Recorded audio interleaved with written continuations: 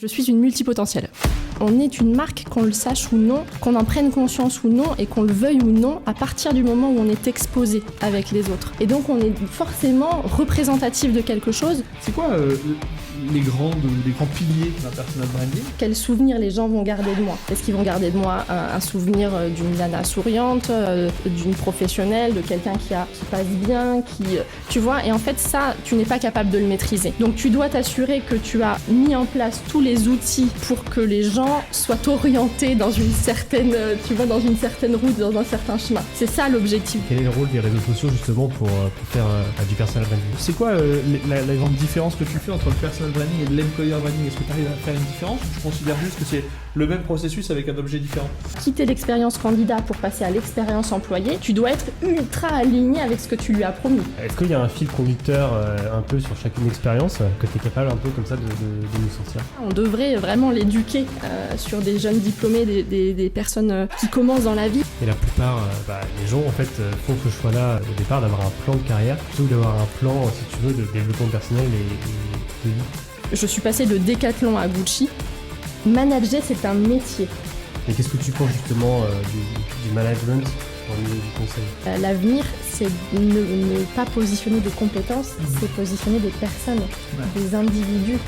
La vraie vie, c'est celle que tu vis avec les moyens que tu te donnes pour la vivre. Nos parents avaient besoin de sécurité. Nous, aujourd'hui, on a besoin de sens.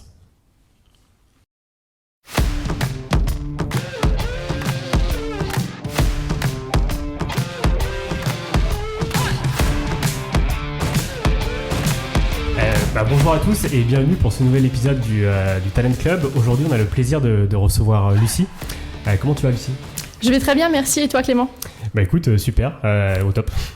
Est-ce que tu peux, avant qu'on commence, te présenter en une phrase, mais max? Très bien, alors bonjour, je m'appelle Lucie, j'ai 36 ans, je suis maman d'une petite fille cavalière depuis très longtemps et je suis une multipotentielle. Ok, je pense qu'on aura l'occasion de reparler de multipotentiel. On en a déjà parlé un peu avec Romain et on a évoqué le sujet, mais ça pourrait être un sujet, je pense, clairement à creuser. Bienvenue sur le podcast. Alors ici, nous, on a 3 règles pour tous nos invités. La première règle, c'est que en fait, notre entretien, il va durer 1 heure. Donc tu vois, il y a un petit time timer juste là-bas. Comme ça, tu vas pouvoir suivre combien de temps il te reste à passer sur le grill. La deuxième règle, c'est que dans ce podcast, tout le monde parle en son nom propre. On parle pas au nom des boîtes qu'on représente. L'idée, c'est d'avoir un échange un petit peu sur des convictions et sur des personnes, plus que sur du corporate, puisque ça, c'est des formats qui existent déjà et on voulait faire quelque chose d'un peu différent. Et la troisième règle, c'est que tu vas avoir un buzzer, donc le buzzer panique qui est juste là. En réalité, tu vas avoir droit à un buzzer. Soit ça veut dire que tu prends pas la question qu'on te pose, mais les auditeurs, ceux qui nous regardent, verront que tu n'as pas pris la question. Soit, si tu dis quelque chose et que tu veux qu'on le coupe au montage, tu auras droit à une coupe. Si tu buzzes pas, on considère que c'est tout bon. Parfait. Ça joue pour toi? Très bien. C'est pour toi? Super. Impeccable. Alors la première question qu'on aimerait te poser, en fait, en préparant le podcast, on a regardé ton LinkedIn. Moi, il y a une citation qui est tout en haut de ton LinkedIn qui m'a marqué. Donc du coup, je la cite. C'est: vous aussi, vous êtes une marque, que vous le sachiez ou non, que ça vous plaise ou non. Est-ce que tu peux expliquer un peu ce que tu as voulu dire, enfin ce que veut dire cette citation pour toi, et quelle est ta marque? Alors, cette citation, je l'ai trouvée il y a quelques mois. Et en fait, pour tout te dire, elle a été chez moi assez perturbante au début. Parce que quand j'ai pris conscience de ça, et ça a pris un petit peu de temps, je me suis dit, oui, en fait, on n'est plus du tout dans un monde où on peut cacher les choses. On est tellement tout le temps exposé de toutes les façons qu'on est obligé de prendre conscience de tout ce qu'on montre, de tout ce qu'on partage, de tout ce qu'on est en termes d'image, d'apparence, de contenu, de communication.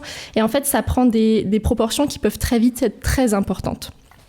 Donc cette citation, effectivement, on est une marque, qu'on le sache ou non, qu'on en prenne conscience ou non, et qu'on le veuille ou non, à partir du moment où on est exposé avec les autres. Et donc on est forcément représentatif de quelque chose dans notre milieu personnel, en tant que femme, on porte des valeurs, en tant que maman, je porte des valeurs, en tant qu'employée, je porte des valeurs. Et le fait de pouvoir en prendre conscience, c'est simplement se dire, attention, on doit être vigilant. Toi, la prise de conscience, elle s'est faite quand et comment, justement? Elle s'est faite quand j'ai commencé à travailler sur du développement de carrière, donc dans une précédente expérience. Et quand j'ai commencé à accompagner les gens justement dans leur parcours de vie et leur parcours professionnel, à ce moment-là, je me suis retrouvée en face de personnes qui avaient parfois des difficultés à se repositionner dans leur boulot, des personnes qui avaient été potentiellement licenciées. Et il a fallu leur expliquer et en même temps prendre conscience justement de tout ce chemin qu'ils devaient faire. C'est-à-dire, on n'était pas en face de quelqu'un qui devait juste refaire un CV, on était vraiment en face de quelqu'un qui, parfois, n'avait aucune conscience de qui il était lui, et donc ça devenait très, très compliqué de se projeter et de se présenter en face de professionnels, de recrutement notamment, parce que il fallait avoir un parcours assez linéaire et pouvoir justement se mettre en valeur. Ok, et du coup dans ce processus-là en fait, donc il y a du personal branding. Ce qui est intéressant, c'est que tu parles de personal branding à la fois pour des gens qui travaillent et des gens qui sont plus dans l'emploi, donc il y a quelque chose d'intéressant.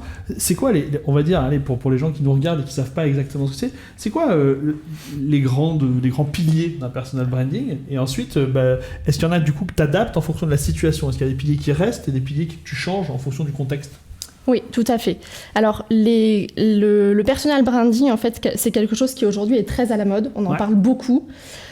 Pas toujours très bien, à mon avis, parce que comme tout ce qui est à la mode, tu vois, on a vite tendance à passer hors frontières et à développer des choses qui, au final, ne sont pas vraiment si importantes que ça. Le personal branding, au début, c'est vraiment la connaissance de soi.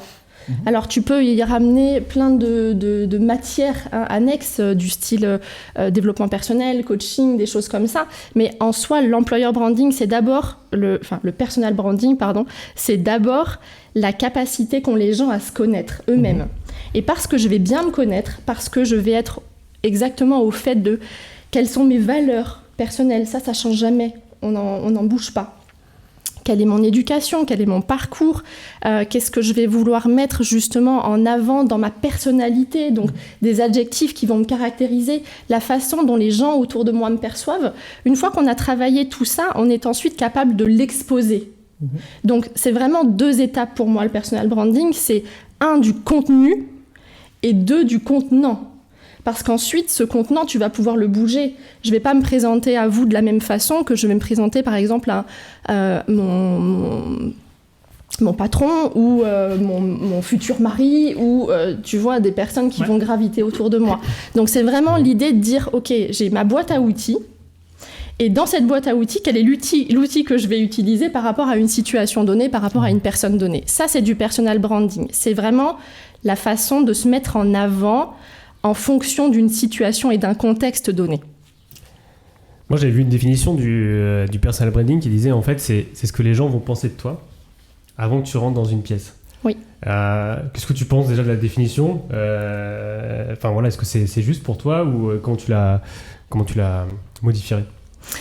Alors, effectivement, ça, on le retrouve souvent. On dit le personal branding, c'est ce que les gens pensent de toi quand tu quittes la pièce. Ça te laisse quand même la chance de te présenter avant, parce que si t'es pas encore rentré dans la pièce, c'est pire. Ça veut dire que les gens ont été voir, tu vois, autour de toi, les réseaux sociaux, les choses comme ça. Sauf si on considère que LinkedIn est la pièce. Oui, il y a aussi des réseaux sociaux et des endroits où les gens font ça. Voilà, donc tout l'intérêt de maîtriser l'image que tu vas renvoyer, ça va justement être de dire quels souvenirs les gens vont garder de moi. Est-ce qu'ils vont garder de moi un souvenir d'une nana souriante, d'une professionnelle, de quelqu'un qui passe bien, tu vois. Et en fait, ça, tu n'es pas capable de le maîtriser. Donc, tu dois t'assurer que tu as mis en place tous les outils pour que les gens soient orientés dans une certaine, dans une certaine route, dans un certain chemin. C'est ça l'objectif du personnel. Et ensuite, une fois que toi, t'es parti, forcément, tu vas avoir touché chez les gens quelque chose qui est très personnel. Ça, tu le maîtrises pas. Ça fait partie de leur histoire, de leur éducation, de leurs valeurs, etc. Donc, tu dois juste t'assurer que tu fais le chemin pour eux. Et qu'est-ce que tu dirais, tu vois, dans le personal branding, il y a le personal branding dans la vraie vie, et, comme tu dis, au travail ou dans ta vie perso. Et il y a un élément qui est beaucoup utilisé en personal branding, c'est les réseaux sociaux. C'est un amplificateur. Est-ce que tu penses parfois il y a des dissonances entre les deux ? Et quel est le rôle des réseaux sociaux justement pour faire du personal branding ? Alors la dissonance, elle arrive à partir du moment où on tombe dans la non-authenticité. Ouais. Aujourd'hui, à force de pousser dans ce chemin de je donne ma vérité, je suis authentique et je travaille dans ce sens, on a des gens qui payent d'autres personnes pour construire leur marque. Et là, pour moi, on arrive sur une dérive qui n'est plus du personal branding. C'est-à-dire que, par exemple, des gens qui ont des grosses fonctions, qui font appel à des content writers, qui font appel à des gens qui managent leur image, on ne va plus dans le process de « je me connais et donc je suis capable de parler de moi ». On va sur des gens qui payent d'autres personnes pour marketer quelque chose. Et donc le but du marketing, je le rappelle, c'est de targeter, donc d'avoir une cible et de pouvoir travailler en fonction de la cible. C'est tout sauf du personal branding, puisque le personal branding, c'est à la base « je me connais et donc je suis capable de parler de moi à différentes personnes sur différents contenus ». C'est l'inverse du chemin. Ouais, c'est franchement hyper intéressant et je pense qu'il y a beaucoup de CEO qui utilisent des content writers, quoi. Ouais. Après, il y a une différence aussi, je pense, avec le coaching, tu vois, le coaching en image, où là, finalement, tu peux rester toi-même. C'est pas quelqu'un qui va créer ton contenu. Tout à fait. En fait, sur ce sujet-là, je pense qu'il y a vraiment deux piliers. Il y a le pilier de celui qui crée, celui qui parle, et ensuite, il y a celui qui exécute. Je pense qu'effectivement, c'est deux points qui sont très différents. Par contre, effectivement, si tu délègues la première partie, forcément, tu te perds en authenticité. Et donc, en fait, tu prends le risque que quelqu'un qui vient te rencontrer après t'avoir identifié trouve un décalage entre ce qu'il avait vu en première intention. Exactement. Et c'est là où le danger est, puisque à la base, ta marque personnelle, elle doit être véritable, authentique, transparente. Et vérifiable. Et vérifiable, bien sûr. Et c'est justement la frontière avec les réseaux. C'est-à-dire que si tu vends quelque chose, que ça soit un produit, un service, une image, si tu vends quelque chose à l'autre, tu dois pouvoir t'assurer qu'une fois que l'autre vient à ta rencontre, il trouve la même chose en face. Et si tu lui offres un décalage, c'est la pire des choses. C'est-à-dire que là, tu vas à l'encontre même de ce que tu as voulu donner. C'est intéressant parce que, alors on a dit qu'on parle en nom propre et pas des boîtes, mais toi ton métier c'est l'employer branding, donc en fait c'est le pendant corporate de ce truc-là. Tout à fait. Et ce que tu dis résonne vachement en fait sur la promesse. C'est quoi la grande différence que tu fais entre le personal branding et l'employer branding? Est-ce que tu arrives à faire une différence ou tu considères juste que c'est le même processus avec un objet différent? Salut, on vient de couper la vidéo, j'espère que tu es en train de passer un bon moment. Et en fait, on se rend compte qu'on ne s'est pas présenté, donc on va prendre 30 secondes du milieu de ton temps pour t'expliquer un peu ce qu'on fait dans la vie. Salut, donc moi je suis l'associé de Talentlers à Luxembourg et on accompagne des organisations, des RH et des leaders sur toute leur problématique de talent attraction, talent retention. Et moi, c'est Clément, cofondateur de Club Trust. Club Trust, c'est un réseau de talents à Luxembourg qui fonctionne sur la confiance. On propose 3 choses aux membres du club. La première, c'est des mises en relation dans le cadre de recrutement. La deuxième, c'est des événements. Et la troisième, c'est du coaching, notamment sur la carrière et l'employabilité. Si t'aimes ce que t'es en train de voir, partage, like ou abonne-toi. Nous, ça nous donnera du courage et de la force pour continuer. Surtout que c'est une initiative qui nous prend un petit peu de temps et qui nous coûte un peu d'argent. Donc on sera ravis d'avoir ton soutien. On te souhaite un bon épisode et puis à la prochaine. Salut. Ciao.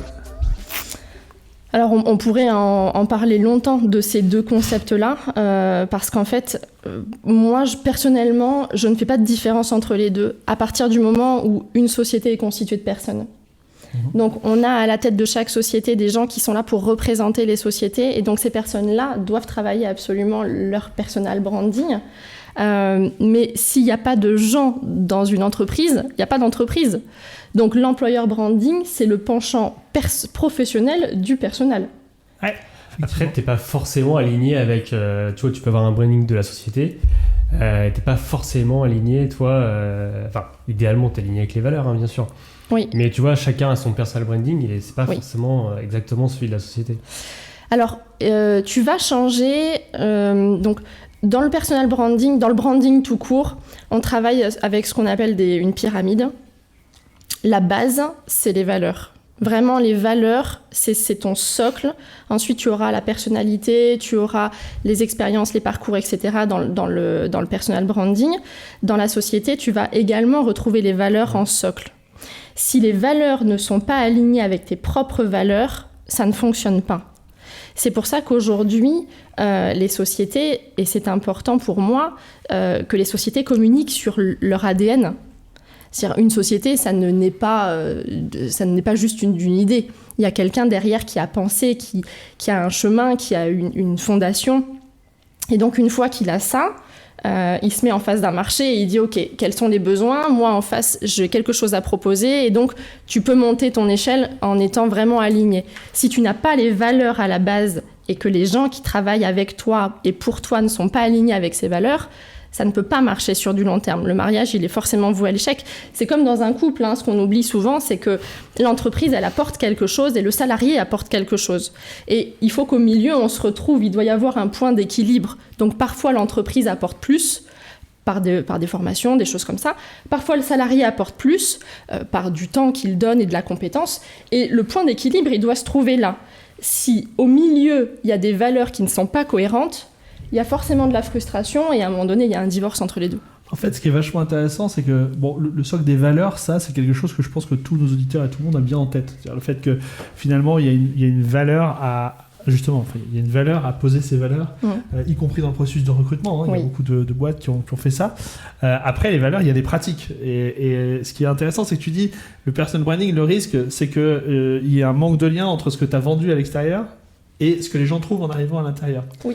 Et dans une boîte, même à partir de 10 personnes, indépendamment, tu n'as pas besoin d'être 1000, finalement, les pratiques, c'est ce qu'il y a de plus compliqué à faire. Donc du coup, la question que je me pose, c'est l'employer branding, on voit ça vis-à-vis des candidats, mais est-ce que du coup, c'est des trucs qu'on pousse aussi aux employés pour leur rappeler ce qu'on donne à voir à l'externe ? Enfin, c'est quoi ton point de vue sur ce truc-là ? Complètement. C'est toujours une question d'alignement. Tu pars de l'expérience candidat, tu vas donc proposer quelque chose que tu penses que la personne en face va vivre en interne. Tu vas donc quelque part, et là c'est très important dans le processus de recrutement, tu n'es pas là pour mentir, tu es là pour expliquer ce qu'on attend de la personne et comment elle va s'insérer dans un groupe.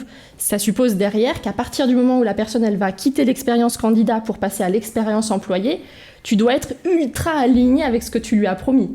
Une fois que la personne elle est employée, l'employeur branding ne s'arrête pas du tout là. Il faut absolument continuer et c'est là où justement tu vas avoir tout un parcours de développement. Donc j'ai parlé de formation par exemple et ça effectivement dans une boîte de 10 personnes ça doit déjà être le cas. Mais ça veut dire aussi derrière de la proximité avec chacune de tes personnes. Plus la boîte est grande, plus tu dois avoir un système de proximité avec les gens. Tu dois pouvoir les développer en termes d'opportunités de carrière, en termes de compétences, en termes de mobilité interne ou externe. Ouais. Il y a tout un pan d'actions que tu dois mettre en place. Et là, je parle juste de management de talent. Mais on peut aller beaucoup plus loin. Derrière, quels sont les locaux que tu leur offres ? Est-ce que tu leur offres des possibilités de prendre un break dans leur carrière quand ils en ont besoin? Est-ce que, tu vois, il y a plein de choses à mettre en place pour ça. Ça, c'est intéressant parce que c'est les actions qui sont ciblées sur la personne qui passe de candidat à employé. Moi, mon point, il est aussi de dire, est-ce que tu as des actions que tu mènes aussi vis-à-vis des autres employés ? C'est-à-dire en leur disant, attention les gars, regardez, ça, c'est ce qu'on dit à l'extérieur. Et en fait, nous, on a une mission de cohérence entre les deux. Et finalement, voilà ce que... on est un peu tous tenus de faire vivre à l'intérieur. Est-ce que, quelle forme ça peut prendre ce genre de truc ? Alors je sais pas si déjà tu l'as déjà fait et puis indépendamment, quelle forme ça pourrait prendre ce truc-là ? Alors tout va dépendre de la taille de ta société. Ouais. À mon sens, quand tu as une boîte de 10 personnes, c'est beaucoup plus facile de faire une petite newsletter, de faire une gazette, tu vois. On va utiliser des... Ouais. Par exemple, on va trouver des formats de communication assez simples. Plus ta société va grandir, plus tu vas devoir t'assurer que le message est finalement suffisamment large pour concerner plein de personnes. Là, je trouve que les réseaux sociaux sont pour le coup une super passerelle. Il faut utiliser les réseaux sociaux dans ce sens-là parce que, par exemple, tu vas pouvoir dire à tes salariés « Soyez ambassadeurs de ma marque ». Et parce que, encore une fois, l'idée, c'est pas de demander aux gens de le faire, c'est d'inciter les gens en leur disant « Tu es bien, parle-en. T'es convaincu, parle-en. Mais parle-en avec tes mots, parle-en avec tes expériences. Partage ce que tu es en train de vivre. » C'est ça la solution. Ouais, là où souvent, sur certaines sociétés, donc, quand tu es dit c'est facile de contrôler ça, quand tu es 1000 ou 10 000, très compliqué de dire à tes employés « Soyez ambassadeurs ». Enfin, avec leurs mots. Ça peut forcément parfois être pas aligné avec le message de la firme. Un peu plus compliqué. Oui, il faut effectivement, il faut pouvoir border. Ça passe pour moi par une éducation. Et c'est vraiment le process. Hein. On informe, on éduque et on donne les moyens. Et ça marche pour tout. Ça marche pour de la communication, ça marche pour tout. C'est multipliable à l'infini.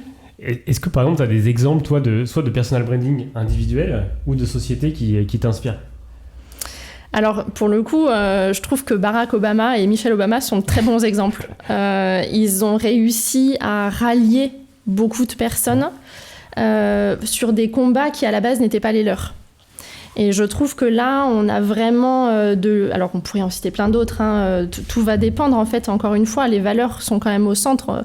Mère Teresa a un énorme personal branding.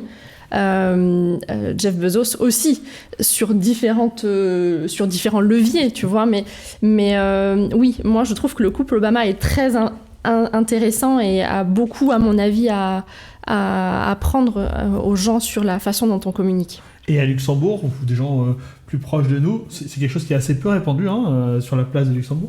Est-ce qu'à Luxembourg, ou même plus proche, je sais pas, en France, en Belgique, peu importe, est-ce qu'il y a des personnes ou des gens que toi tu suis pour leur branding, ou des boîtes que tu suis pour leur branding ?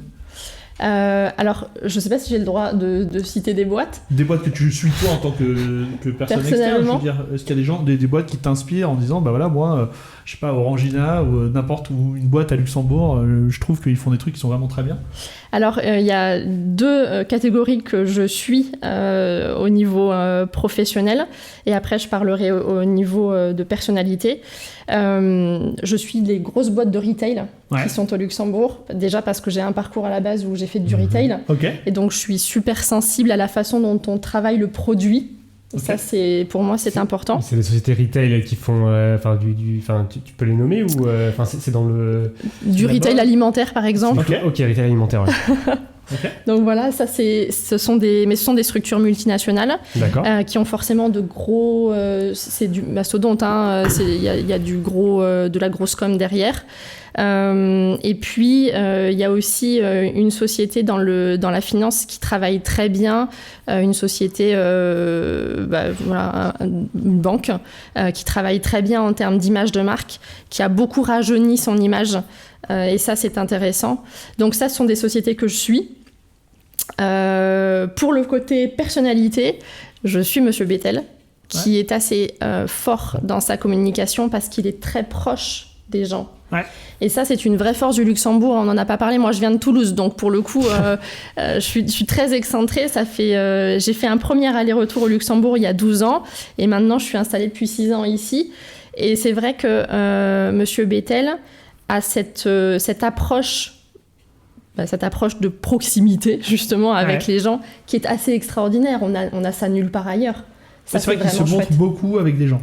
Oui, il se montre au milieu des gens. C'est ça. Et il n'a pas peur vraiment de partager ses expériences, d'aller à la rencontre des gens. Alors après, on n'est pas du tout là pour mélanger des idées politiques, mais la façon dont il est perçu, c'est ultra intéressant. Ouais, pendant un moment, à Luxembourg, l'ancienne CEO d'AXA, Myriam, je ne connais plus son nom, j'écorche toujours son nom. Elle avait aussi une communication très forte, ce qui était un peu nouveau sur la place là-dessus. Après, globalement, j'en identifie peu d'autres qui sont aussi actifs dans les médias. Après, s'il y a le patron de Mike Conninger, patron de Maison Moderne, qui aussi de plus en plus fait un peu de communication, et puis Fabien Moretti, Kamel Amroun, qui sont des personnes que, sans connaître, on suit aussi un peu tous mécaniquement. C'est vrai que c'est quelque chose qui est moins développé que dans d'autres places ici. Je pense que sur ça, le Luxembourg doit progresser. Ouais. On a la chance d'être dans un pays qui est très progressiste sur plein de choses, et on a beaucoup à partager. On est parfois aussi un peu traditionnel, et dans notre façon de communiquer, je parle de façon très globale, on est très traditionnel. Là, il y a encore besoin d'avoir des gens qui poussent derrière en expliquant la portée que peut avoir un réseau social, comme LinkedIn par exemple, avoir de la régularité dans de la publication de contenu, des gens qui vont vraiment faire cette démarche en disant « j'ai des choses à dire et j'ai envie de les partager ». Pour l'instant, on rame un petit peu de ce côté-là, surtout sur les grosses têtes du Luxembourg. C'est pas quelque chose qui est facile, mais ça va forcément se développer. Ouais, je pense que c'est en train de se développer. Mais c'est vrai, comme tu dis, c'est assez traditionnel, conformiste, et notamment parce qu'il y a ce monde de la finance qui est très présent Et en fait, la communication, elle débouche un peu de ça. Mais c'est vrai que par rapport à la France ou d'autres pays où tu vois, t'as pas mal de startups avec parfois des entrepreneurs qui sont très connus, très visibles et qui en fait, leur personal branding est aussi la raison du succès de leur marque, quoi. Clairement, je pense, tu vois, en t'écoutant, je pense à Mathieu Stéphanie, par exemple. Je sais pas si vous connaissez. Je l'ai jamais vu, mais dans tous les podcasts qu'il fait, dans tout le contenu qu'il apporte, c'est un gars vraiment, t'as envie d'aller le voir, de discuter et de passer une semaine avec lui juste pour échanger, créer, etc. C'est hyper intéressant parce que là, il a été invité d'un nouveau podcast du CEO d'Eskimos, Little Big Things. Et c'était intéressant de le voir de côté invité où justement lui il prend du recul sur cette activité podcast qui en fait était un autre point. Mais c'est vrai que là il y a du contenu de super grande qualité. Et après, pour pas les citer, les Koudak, les Théo Lyon, etc. C'est aussi des gens. Justin Hutto, qui sont sur ce de communication. Et c'est vrai que ce monde-là il n'existe pas dans notre Grand-Duché. Enfin, pas encore en tout cas. Peut-être. Pas encore. Est-ce que tu as d'autres questions toi sur le personal branding? Sinon. Non, c'est bon. Super. T'as eu 1000 vies, Lucie, marketing, com, store manager, thérapeute, entrepreneur, coach. Est-ce qu'il y a un fil conducteur un peu sur chacune expérience que tu es capable un peu comme ça de nous sortir? Alors, le fil conducteur, j'ai eu beaucoup de mal à le trouver, pour être très honnête. Je l'ai trouvé quand j'ai commencé justement à travailler sur moi et après sur les autres. Mon fil rouge, c'est la personne et son développement. Et souvent, alors dans mon cabinet de thérapie, quand on rentrait, la première chose qu'on voyait, c'était marqué l'étincelle du changement. C'est quelque chose qui me suit. Et maintenant, j'ai trouvé ce fil rouge-là. Je pense que, tu vois, par exemple, si je devais revenir 10 ans en arrière, j'étais complètement perdue par rapport à ce que je voulais faire, parce que j'aimais plein de choses, j'avais envie de faire plein de choses. Beaucoup de personnes aussi mettent souvent des barrières. Quand tu commences, quand tu sors de l'école, on te dit « Ah non, toi, t'es pas bonne en maths, tu feras pas de finance. Toi, tu iras plutôt dans ce coin et pas dans celui-ci. » Donc tout ça, je trouve que c'est très difficile en termes d'avancée, d'apprentissage. Et en fait, quand tu grandis, tu prends de l'expérience et que tu arrives aussi à prendre du temps pour te poser, être devant une feuille blanche et dire « Attends, on met tous les points là, toutes les expériences, on trouve des points communs et finalement tu arrives à un fil rouge, c'est très apaisant finalement parce qu'ensuite ça te suit dans ta carrière. Et ça, c'est pas quelque chose qu'on t'apprend, c'est quelque chose que tu dois chercher. Et c'est bien dommage d'ailleurs qu'on ne l'apprenne pas, on devrait vraiment l'éduquer sur des jeunes diplômés, des personnes qui commencent dans la vie parce qu'on en a besoin absolument. Et ce fil rouge, c'est quelque chose que tu as fait pour garder pour toi ou c'est quelque chose sur lequel tu t'appuies, que tu pousses à l'extérieur? C'est-à-dire que tu nommes et que tu cites au reste du monde? Alors l'étincelle du changement, je le cite pas au reste du monde parce que ça peut pas forcément être compris. Ouais. L'idée, c'est vraiment de dire... c'est de dire à tout le monde, et d'ailleurs c'est ce que je fais tout le temps à tous les gens que je rencontre, c'est de dire aux gens, vous avez toutes les capacités en vous. Il faut juste trier, organiser, comprendre, et ensuite il faut quelqu'un qui pousse aux fesses. Okay. Et une fois qu'on a pour moi les bons éléments et la bonne recette, et j'insiste parce que souvent on a plein de ressources internes, mais on n'est pas capable de travailler sur ces ressources. On a besoin de quelqu'un d'extérieur. Alors, c'est le rôle du thérapeute, coach, peu importe le nom qu'on y met. C'est aussi le rôle du conjoint, des parents. Il y a toute personne qui peut aider. Mais on a souvent besoin d'un regard extérieur, tout comme on a besoin parfois de prendre de la distance sur les choses physiques pour sortir de certaines situations. On a besoin d'un regard extérieur pour se dire « D'accord, ça c'est là où j'ai envie d'aller ». Quels sont les chemins que je vais pouvoir prendre, même si parfois ça nous amène sur complètement d'autres chemins ou d'autres objectifs, mais on doit réfléchir sur ça de façon calme, posée et avec le plus de maturité possible. Ouais, je suis d'accord avec ce chemin, il est plus long. Au départ, il fait peur parce qu'il va être long et il est plus risqué, c'est-à-dire que toute la réflexion que tu as eue pour trouver finalement ce que tu voulais vraiment faire, c'était plus facile de choisir plutôt un plan de carrière. Et la plupart des gens, en fait, font ce choix-là au départ d'avoir un plan de carrière plutôt que d'avoir un plan, si tu veux, de développement personnel et de vie.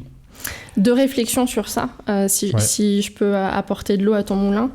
La première, c'est que quand je suis sortie d'école, J'avais fait on appelle ça un mémoire de recherche sur le co-branding des marques de luxe et je voulais absolument travailler pour le luxe. Et on m'a dit, si tu n'as pas de réseau, tu ne rentreras jamais dans le monde du luxe. Alors le luxe, il faut savoir, on ne parle pas de haut de gamme, c'est vraiment le luxe, c'est très cloisonné en France. Il y a 5 marques identifiées, identifiables.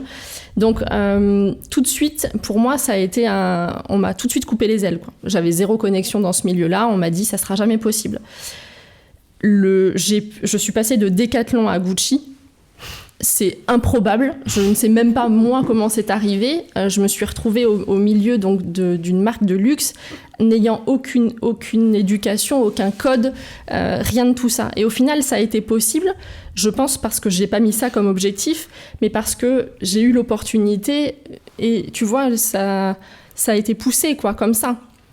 Et puis la deuxième chose qui est importante par rapport à ta réflexion, c'est justement de mettre des gens dans des cases.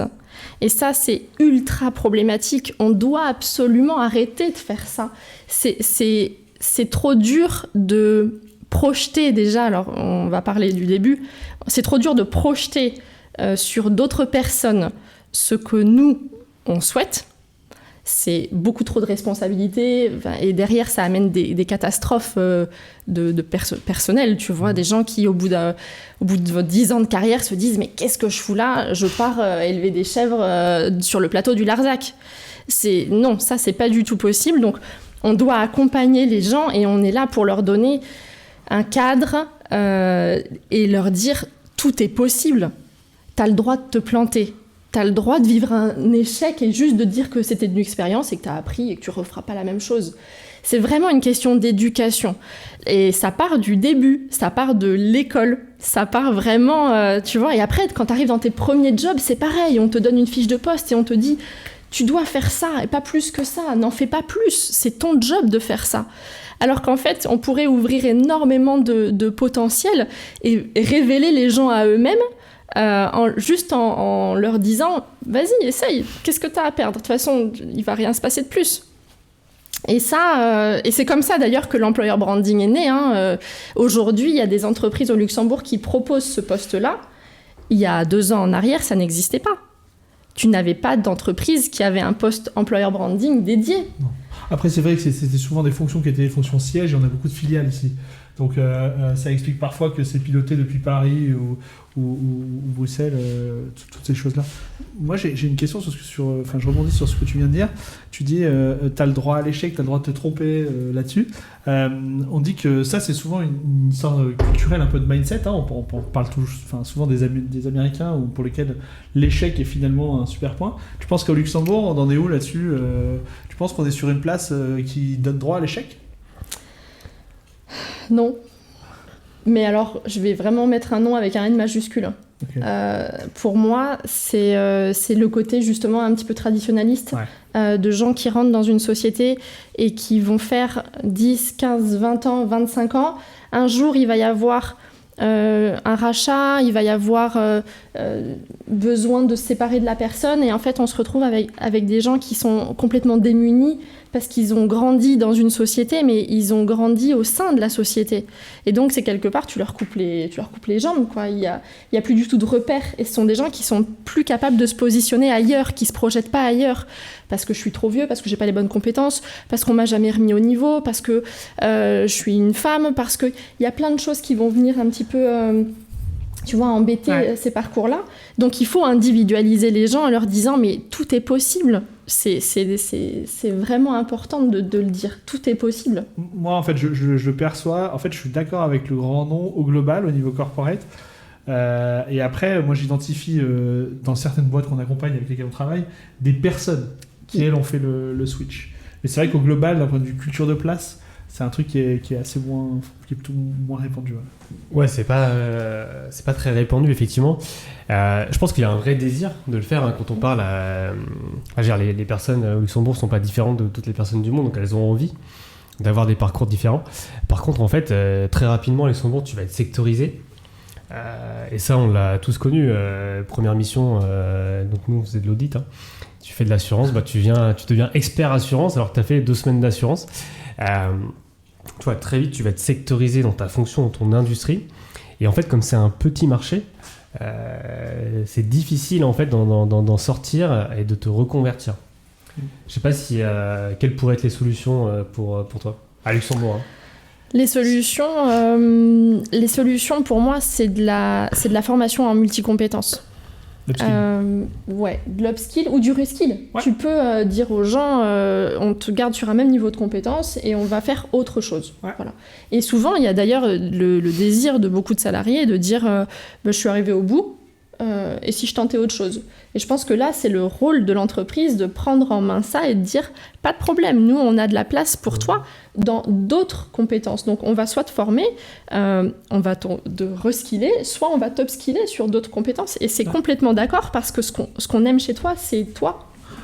Alors, ce truc-là, moi, je suis un grand fan de ces sujets-là. Par contre, effectivement, ça marche bien quand c'est des très grosses boîtes. C'est-à-dire que quand tu as des très grosses boîtes, mécaniquement, tu as beaucoup d'opportunités. Moi, ma croyance, c'est qu'on a beaucoup de petites boîtes qui peuvent offrir des trucs intéressants.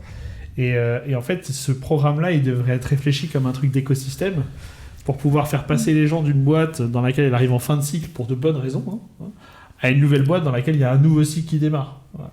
Et ça, je dois admettre que j'arrive pas bien à voir comment ça peut s'organiser. C'est-à-dire, en fait, c'est un truc que moi je vois bien, mais aujourd'hui, je me demande comment on pourrait faire ça. T'as une idée, une opinion là-dessus ? L'opinion, ça serait de dire créons des communautés.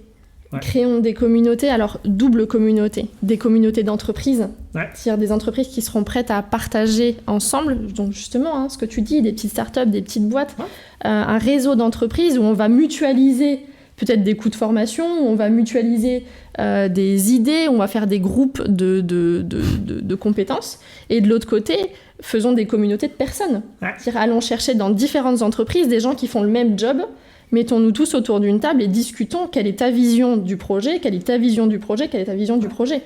La communauté, c'est la façon la plus riche de travailler.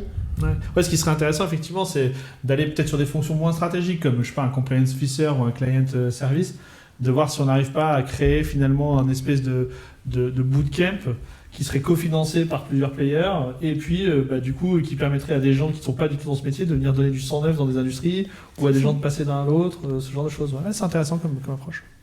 Ouais, et moi clairement à Luxembourg je trouve qu'il y a beaucoup de compétences transverses en fait dans ce qu'on fait. Enfin tu vois, ça reste des jobs de service. En fait, une fois que tu as compris un métier, tu pourrais potentiellement aller sur beaucoup d'autres métiers. Mais nous, on le voit dans le recrutement. C'est beaucoup plus facile de recruter la personne qui va cocher toutes les cases. Et c'est pour ça que tu mets du temps, c'est pour ça que c'est plus compliqué, parce que finalement, il n'existe pas, quoi. Aller chercher les compétences transverses, là, comme vous le dites, sur les communautés, potentiellement, si tu mutualises aussi les talents, potentiellement, tu pourrais arriver à ce genre de choses. Après, c'est un truc à réfléchir au niveau global. C'est ça. On a parlé du Luxembourg, toi tu étais ici en 2009, puis tu es revenu. Qu'est-ce qui a changé entre les deux moments à Luxembourg ? Qu'est-ce que tu as vu changer entre tes deux passages, enfin ton premier passage et puis maintenant ? Ce qui a changé, c'est ma vision. Ouais, ok. Le Luxembourg a forcément changé, mais la vision que moi j'avais du pays il y a quelques années et la vision que je vis aujourd'hui sont complètement différentes. Tu arrives à nous détailler un peu ça ? Alors, la première expérience que j'ai faite ici, c'était ma première expérience professionnelle. J'ai quitté Marseille pour venir ici avec ma petite Polo. J'ai fait la traversée de la France et je suis arrivée dans un pays qui n'était pas forcément très accueillant. J'avais pas de famille, j'avais pas d'amis, j'étais toute seule. J'étais dans un appartement à la frontière, vraiment sans aucune connexion. Et en fait, ça a été le début de la fin pour moi par rapport à ça. C'est-à-dire que, et même en ayant un boulot qui me plaisait, je faisais de la marcom à l'époque, à côté, je me suis créé un tout petit réseau, mais pas suffisamment solide pour pouvoir me projeter ici. Ouais. Et du coup, c'est passé ce qui se passe toujours, c'est-à-dire que quand t'es pas bien dans ton projet de vie, tu reviens aux sources, et donc j'ai pris ma valise et j'ai fait sens inverse direction Toulouse pour revenir à mes sources. À quel moment tu dis que tu vas revenir Alors je reviens, là, tu vas voir, la raison est très simple. Je reviens parce qu'il y a 6 ans, j'étais donc à Toulouse, avec une insécurité grandissante dans cette ville-là. Et je me projetais pas du tout avec une famille là-bas. Et donc, avec mon époux, à la base, on a fait un voyage aux États-Unis où on a découvert la vision dont on parlait de vraiment cette espèce de mindset, de grosse mindset où tout est génial, mais tout est possible. Et on s'est dit, on part, on quitte la France. Et donc, on s'est positionné en se disant, on part pas très loin de la France, puisqu'on n'avait pas réussi à avoir notre carte verte pour les US. Et donc, le Luxembourg, c'était un pays que je connaissais déjà. Et on s'est reprojeté ici, mais cette fois avec une vision familiale. Et donc, tout a changé à partir de ce moment-là. Parce que quand tu arrives dans ce pays-là, qui est un pays très propre, on s'en rend plus compte. Mais quand moi, je retourne à Toulouse, je me dis, je retrouve beaucoup d'incivilité, que c'est très gênant. Il y a des papiers par terre, c'est sale, les gens ne sont pas corrects, il n'y a pas de respect de la personne, on ne laisse pas traverser les gens. Pour traverser un passage piéton avec le feu vert, tu fais presque une prière avant d'y aller parce qu'on ne sait jamais ce qui peut se passer. Donc en fait, tout ça, c'est des choses qu'on oublie ici, mais on reste dans un pays là qui est très posé, très agréable à vivre au quotidien. Ouais. C'est important. Ouais, tu te sens bien parce que tu es en sécurité à la fois pour toi et ta famille. Exactement. Je pense que c'est un sentiment que partagent pas mal de gens aussi. Alors, ils ne le disent pas avec ces mots-là peut-être, mais je pense que c'est partagé, quoi. Moi, il y a une autre expérience sur laquelle j'aimerais revenir. Tu as été... alors, d'ailleurs, je crois que tu n'es plus depuis quelques temps. Je suis allé voir ton site, mais tu as été thérapeute pendant quelques années. Enfin, comment déjà quel type de thérapie tu faisais, quel type d'accompagnement tu faisais et comment t'en es venu à faire ça? Alors ce que je faisais, c'était de la thérapie holistique. Je dis ce que je faisais, mais je le fais toujours puisque de toute façon ça fait partie de mon ADN, hein. Donc l'idée, c'était vraiment de développer une boîte à outils la plus large possible, en considérant que les gens ne sont pas qu'un corps physique ou qu'une tête ou que des émotions. Donc on parlait tout à l'heure de mettre des gens dans des cases. Pour moi, c'est terrible. La vision holistique, c'est qu'on est une personne, un corps, des émotions, une histoire, un passé, un futur. Donc, il y a plein de choses à mettre en perspective quand on travaille avec des gens, avec l'humain en général. Et donc, j'ai créé ce cabinet-là parce que j'avais absolument besoin d'accompagner des gens qui avaient un parcours de vie un peu tumultueux. Et en l'occurrence des femmes, puisque ma cible, c'était vraiment de travailler avec des femmes, donc des femmes qui avaient des accidents de parcours, si je peux appeler ça comme ça, et qui n'arrivaient pas à gérer, tout simplement parce qu'elles n'avaient pas les ressources en elles pour gérer. Donc il y avait tout un programme d'accompagnement aussi bien mental que physique, et c'était important, hein. Quand on va mal, la première chose qu'on fait, c'est réapprendre à manger, à dormir, à se dépenser. Il y a des choses physiques qui sont importantes. Et puis ensuite, une fois qu'on a ça, on peut apaiser le mental et on peut donc apaiser l'émotionnel. Il y a quelque chose vraiment de global dans cette vision-là. Et donc, j'ai fait ça parce que j'avais moi-même connu un burn-out, un bore-out, un parcours familial compliqué. Et donc, j'avais ce besoin d'exprimer ça et de pouvoir l'aider aux gens et à leur dire c'est ok, on peut rebondir, on peut toujours rebondir. Okay. Aujourd'hui, alors moi je suis coach de formation, donc je suis supervisé en tant que coach, mais aujourd'hui de plus en plus on voit se développer de la supervision de manager ou d'expert, peu importe, dans les entreprises pour justement avoir un truc à mi-chemin entre la thérapie, qui est vraiment quelque chose qui se fait à un moment particulier ou en continu, mais à titre personnel, mais avoir une forme d'accompagnement là-dessus. C'est quoi ta vision de ces pratiques-là, cette supervision d'entreprise, cette espèce de cadre qu'on donne aux employés? Du coup, la frontière, elle est fine entre le perso et le pro. C'est quoi ton opinion là-dessus ? Alors c'est un sujet passionnant. Effectivement, la frontière est très fine parce qu'en plus maintenant, post-Covid, l'entreprise a fait tellement de chemin vers le salarié, vers la maison, et en même temps, le salarié a aussi fait beaucoup de chemin vers l'entreprise. Donc on a vraiment un voile maintenant entre ces deux structures, ce qui avant n'était pas le cas. Je rappelle qu'aujourd'hui, on parle de human management, on n'est plus dans de l'expérience managériale des années 80. C'est vraiment considérer l'humain pour le manager. Ouais. Donc on doit aussi faire un tout petit peu rentrer l'entreprise chez soi et le salarié doit aussi garder cette perspective-là.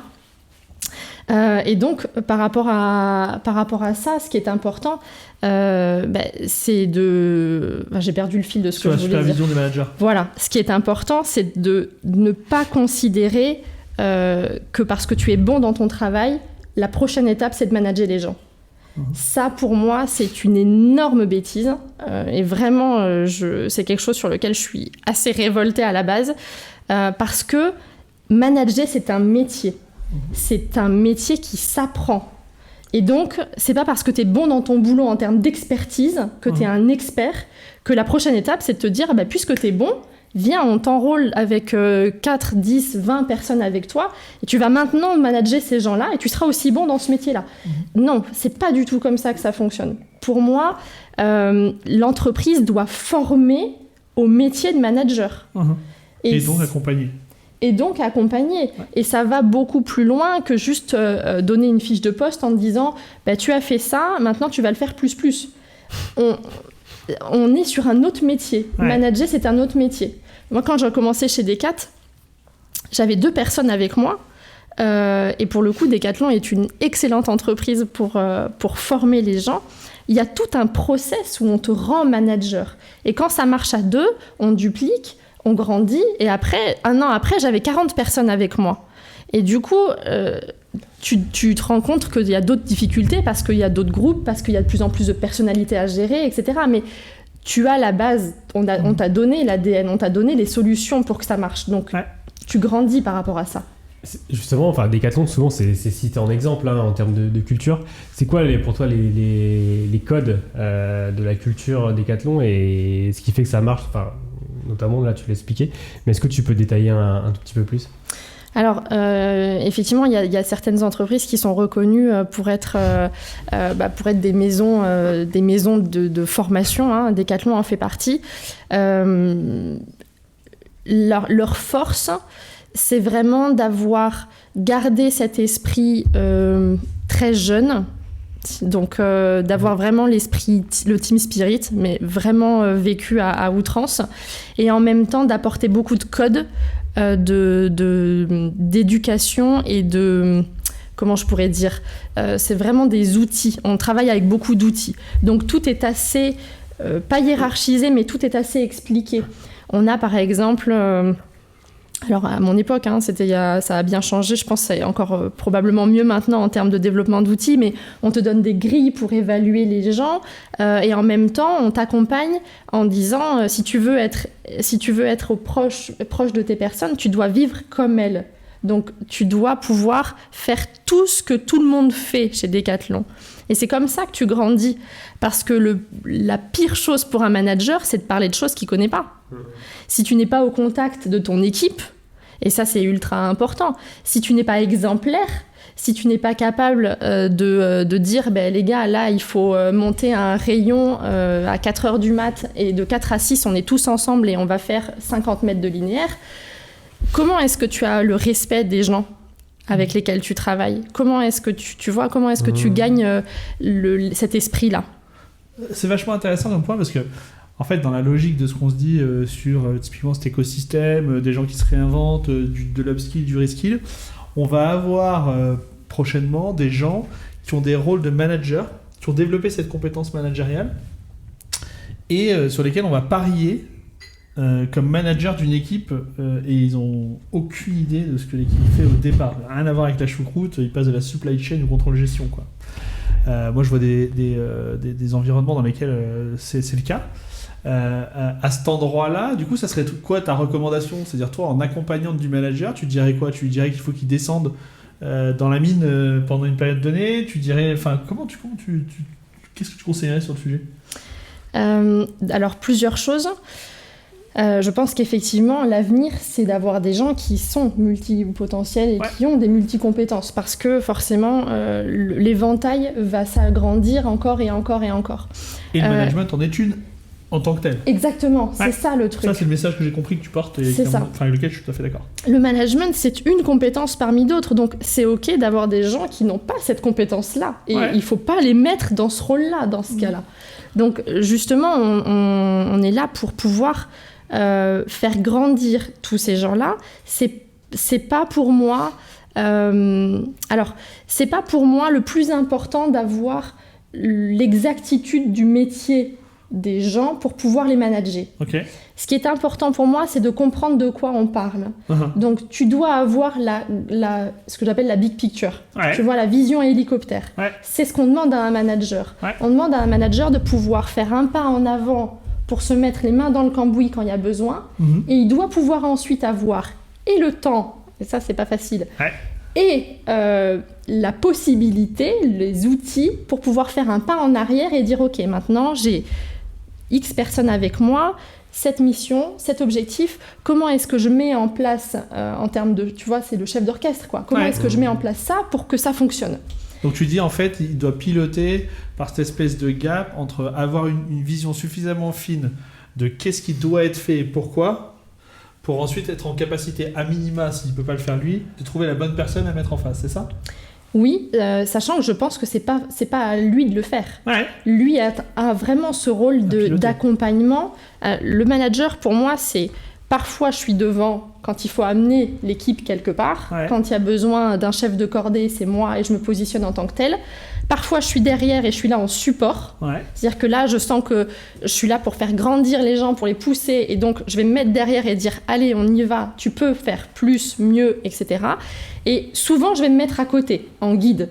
Tu vois ? Et là, je vais dire « Ok, on observe, on ajuste, mais je suis là à côté. Si tu te plantes, c'est pas grave. » Donc, c'est vraiment cette vision de dire devant, derrière, sur le côté. Où est-ce que je me positionne ? À quel moment dans mon équipe et dans l'évolution de mon équipe, où est-ce que je vais me positionner ? Et donc, j'ai pas besoin d'être un expert pour être un manager. Ça, c'est vraiment, aujourd'hui, important de le dissocier. J'ai besoin d'avoir la vue globale de ce qui se passe et donc de pouvoir positionner des gens avec certaines compétences au bon endroit, au bon moment. Ok, c'est clair. Merci. Tu trouves que dans le milieu du conseil, justement, c'est un modèle qui permet de bien reproduire ça, tout ce qu'on vient de dire, par rapport au fait, tu vois que tu sois rapidement sur des positions de manager, sans être fort fin. Souvent, tu es expert parce que tu es quand même issu du milieu. Mais qu'est-ce que tu penses justement du management dans le milieu du conseil ? Je pense qu'on devrait faire un step back sur la vision qu'on a du management. Parce qu'encore une fois, on inscrit le management dans une lignée de progression. C'est-à-dire, tu as bien fait ton boulot, tiens, tu es promu manager. Non, on devrait recruter des managers en tant que managers et des experts en tant qu'experts. Et donc, on devrait faire grandir ces gens parce qu'il y a des gens qui sont faits juste pour être de plus en plus experts. Quelque part, la problématique qu'on a aujourd'hui, c'est qu'on spécialise tellement les gens, et dans le conseil, c'est le cas. En fait, on spécialise tellement les gens qu'on n'a plus de globalistes. On n'a plus de gens qui ont justement cet éventail énorme qui captent tout ça, tu vois, pour se dire, là, par exemple, alors je te donne un exemple très concret parce que je suis peut-être pas très claire. Par exemple, tu vas prendre un comptable. Le comptable, tu vas le faire grandir, et donc au bout de 5 ans, tu vas le passer senior et tu vas le faire évoluer dans sa fonction. Donc, tu vas le former, il va avoir des formations. Alors, je ne suis pas très calée en ça, mais il va passer des ordres de l'expert comptable, etc. Bien, okay. Voilà, super. Et au bout d'un moment, tu arrives au bout du chemin. Et comment tu le fais grandir ? Aujourd'hui, la seule porte que tu as, c'est de le promouvoir manager. Erreur, parce que tu vas peut-être tomber sur un profil qui n'est pas un bon communicant, qui n'a pas envie de s'exprimer, qui n'a pas envie de prendre en charge d'autres personnes. Et en fait, la seule porte que tu lui proposes, c'est celle-là. À l'inverse, je pense qu'aujourd'hui, le monde du recrutement, et ça n'est que personnel, tu vois, ça n'engage que moi, mais pour moi, le monde du recrutement aujourd'hui, c'est de dire on a besoin de gens qui ont un petit peu de compétences partout. Et en fait, ces gens-là, aujourd'hui, on ne les laisse pas vivre, on ne les laisse pas se développer, on ne les laisse pas grandir. Alors, ils font leur place naturellement, mais ça serait intéressant de promouvoir aussi ces gens. Pour promouvoir ces gens, ça va très loin dans le process, c'est-à-dire que dès que tu fais une fiche de poste, Tu dois arrêter de mettre 5 compétences clés et de dire tu dois avoir un master 2 et faire ça et faire ça et faire ça. C'est terrible, on enferme les gens énormément. Alors que des gens qui ont fait un peu de marketing, un peu de finance, un peu de X ou Y, en fait, ils vont pouvoir piocher dans leur boîte à outils des outils que ton comptable n'aura jamais. Il ne peut pas les avoir parce qu'il ne les a pas expérimentés. Je pense que ces réflexions, tu as raison, hein. Enfin, moi je suis tout à fait d'accord avec l'analyse que tu fais sur le monde du conseiller en général. Je pense qu'il y a des boîtes, alors bon, toi évidemment tu parles en ton nom propre donc je peux pas la citer, on parle de Price, mais moi je peux la citer en tant qu'ancien employé. Je pense qu'il y a des boîtes qui ont déjà compris ça, et je pense que typiquement Price, moi j'étais dans cette société-là, alors comme d'autres Big Four certainement, a déjà identifié qu'il fallait faire un career pass leader versus un career pass expert. Je pense que le dernier point qui est important, c'est que dans des boîtes du conseil, on vend de l'expertise. Et souvent, même si on a envie de donner vraiment du crédit à des gens qui ont des profils atypiques, la réalité, c'est que souvent, ces boîtes-là, elles vendent les profils sur CV à leurs clients finaux. Et en fait, le frein à cette ouverture grand angle, en fait, c'est le client final qui, lui, continue de vouloir un mec qui a fait du contrôle de gestion en environnement AIFM, etc., pour sa mission, parce que lui, il paye le prix d'une expertise, donc il a le droit. Et en fait, je crois que c'est à cet endroit-là que la reconnexion, elle n'est pas encore faite. Je trouve que la première partie du chemin, là, elle a eu lieu, mais que cette reconnexion avec le client final de ces boîtes-là rend le truc encore plus challenging. Tout à fait. C'est pour ça que l'avenir, c'est ne pas positionner des compétences, c'est positionner des personnes, des individus. Et donc, à ce moment-là, on va répondre à certaines compétences. Il y en a d'autres sur lesquelles on ne cochera pas forcément, mais on se laisse la possibilité d'apporter encore autre chose auquel on n'aurait pas pensé sur le papier. Et pour moi, c'est là la suite du cheminement dans le conseil. Intéressant. Ouais, super. C'est le moment de notre... Peut-être une dernière question avant qu'on passe au petit jeu à gros budget. Mais toi qui es coach et thérapeute, c'est quoi les principes clés pour être bien dans sa vie ? Question... Ça, c'est une sacrée question. En plus, on lui a pas préparé avant, mais on a un peu... Ça sera pas exhaustif. Ça sera pas exhaustif. On va pas compter sur l'exhaustivité. Les principes clés... Alors, les principes clés, c'est de se connaître.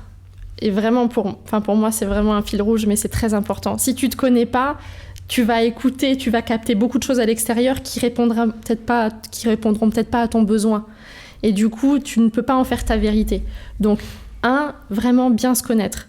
Une fois que tu te connais bien, tu es capable de te mettre toi-même tes principes. Parce que mon principe à moi, par exemple, ça sera de dire j'ai besoin de temps pour moi. Je suis plutôt une solitaire. Mais ton principe à toi, ça sera de dire je vais me ressourcer en faisant un énorme brunch avec des potes tous les dimanches. Donc, si tu ne te connais pas bien, ce qui ne va pas aller pour moi ira très bien pour toi et tu vas me proposer cette solution alors que ça ne me conviendra pas. Donc, vraiment bien se connaître. Et puis après, c'est des principes très élémentaires. Aimer ce qu'on fait. Si on n'aime pas ce qu'on fait, il n'y a aucun intérêt à le faire. Alors, c'est facile de le dire comme ça, mais je pense par exemple à un poste qu'on donne 8 heures par jour à une société. Si tu n'as pas l'amour de ce que tu fais, change, fais autre chose, vraiment. C'est ultra important parce qu'au final, ça va amener de la fatigue, de la frustration, des problèmes physiques, tout ce qui ne va pas aller dans ta vie ensuite. Donc on a besoin, je pense, d'avoir du temps pour soi, quelles que soient les personnes. On a besoin d'avoir du temps pour soi, on a besoin de s'occuper de soi, on a besoin d'être à la bonne place, de se sentir à la bonne place. C'est pour ça qu'aujourd'hui, souvent revient ce fameux why, tu vois, le sentiment d'utilité. Carrément. Mais on en a absolument besoin, et de tout temps et de toute génération. Super, très clair. Go pour le jeu. C'est parti.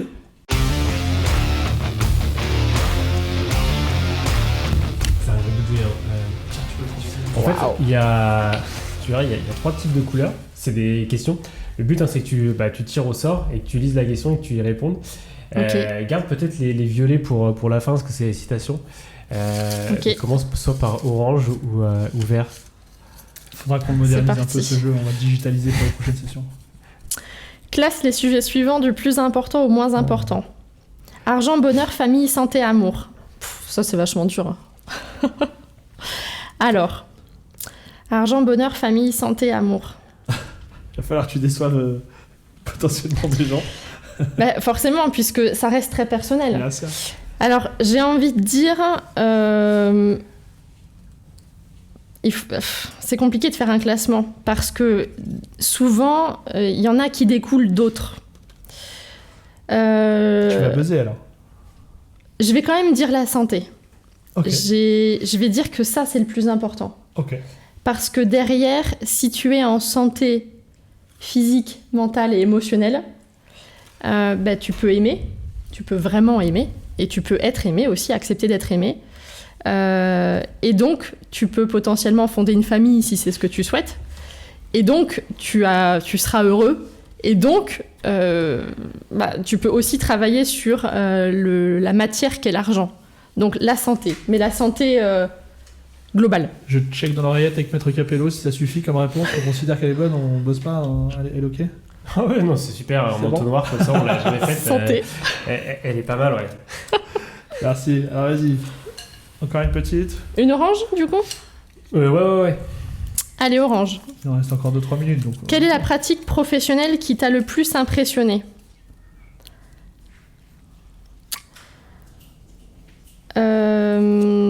Quelqu'un que t'as côtoyé ou... Ouais, ça peut être quelqu'un, une entreprise, une culture. Alors, ce qui m'impressionne très souvent... Il y a des mots, le chien qu'on va l'entendre. Le chien interrompu, mais vas-y, c'est bon. c'est... Alors, je me souviens plus le terme exact. Mesmer. Tu sais, c'est le Mesmer, c'est un... L'hypnotiseur. Ouais, c'est pas un hypnotiseur. Je me souviens plus exactement ce qu'il fait. Mais en fait, c'est de la communication. Ce sont des gens qui t'amènent à penser... qui vont t'amener à penser le chiffre, la lettre, etc. Ouais. Un médium. C'est pas un médium, Ouais. c'est... Je me rappelle plus du... Un mentaliste. Oui, exactement, Mentaliste. c'est ça, un mentaliste. Il est très Et fort. en fait, ça, c'est vraiment impressionnant. C'est-à-dire que tu penses que l'idée vient de toi, et t'en es convaincu. Le gars va te faire choisir de 1 à 100, tu vas choisir ce chiffre-là, 72, parce que c'est ton chiffre. En fait, il sait déjà que tu vas choisir 72. Ça, c'est ultra Une impressionnant. forme de manipulation déguisée en Oui. monde professionnel, c'est ça? Oui. À condition que ça soit bienveillant, évidemment. Bien Hein, sûr. on met un petit disclosure, mangerbouger.fr. Ça s'appelle de Bien sûr, l'ampleur. mais le mentaliste, oui, ça, c'est très impressionnant. Ok. Ok. On finit sur une violette, c'est ça? Une dernière. La violette, alors. La vraie vie est si souvent celle qu'on ne vit pas. Oscar Wilde. D'accord, pas d'accord? Non, alors pas d'accord. La vraie vie, c'est celle qu'on vit. Parce que c'est ta vie. La question, c'est qu'est-ce que tu fais de ta vie? Est-ce que tu penses que ta vie, c'est suffisant? Et si c'est pas suffisant, qu'est-ce que tu fais pour qu'elle le soit? La vraie vie, c'est celle que tu vis avec les moyens que tu te donnes pour la vivre. Super, on a notre punchline d'ouverture. Ouais, franchement, super. Impeccable. En plus, par rapport à tout ce que tu as dit, ouais, c'est clair, ça résonne bien. Et tu penses que les. Toi, tu as dit qu'il fallait apprendre à se connaître, tout ça, et que les gens, de manière générale, vivent la vie qu'ils ont envie de mener? Question hyper large, hein, mais. Sur 100 personnes, Ouais. ouais, sur 100 personnes, je pense qu'il y en a probablement moins de la moitié qui sont satisfaits avec leur vie. Vraiment. Et la bonne nouvelle, c'est que le ratio diminue. C'est que les gens cherchent, les gens creusent, les gens prennent maintenant plus de temps et s'ouvrent à tout ça. Donc c'est plutôt bien. Mais c'est un constat générationnel. Nos parents avaient besoin de sécurité. Nous, aujourd'hui, on a besoin de sens. Je suis d'accord. Super. Super conclusion. Bah écoute, merci beaucoup Lucie. Est-ce que Romain, toi, t'as d'autres... Écoute, c'était parfait. On t'avait, alors pour le dire à ceux qui nous regardent, tu n'avais pas les questions avant, donc je trouve que c'était super. On est parti, on s'est un peu perdu sur différents sujets, mais j'ai trouvé ça hyper intéressant. Moi, en tout cas, ça m'a permis d'échanger et aussi d'avoir deux, trois tips intéressants, donc super pour moi. Ouais, c'était un plaisir. Écoute, encore merci Lucie. Merci de nous avoir suivis à tous et on se retrouve pour le prochain épisode.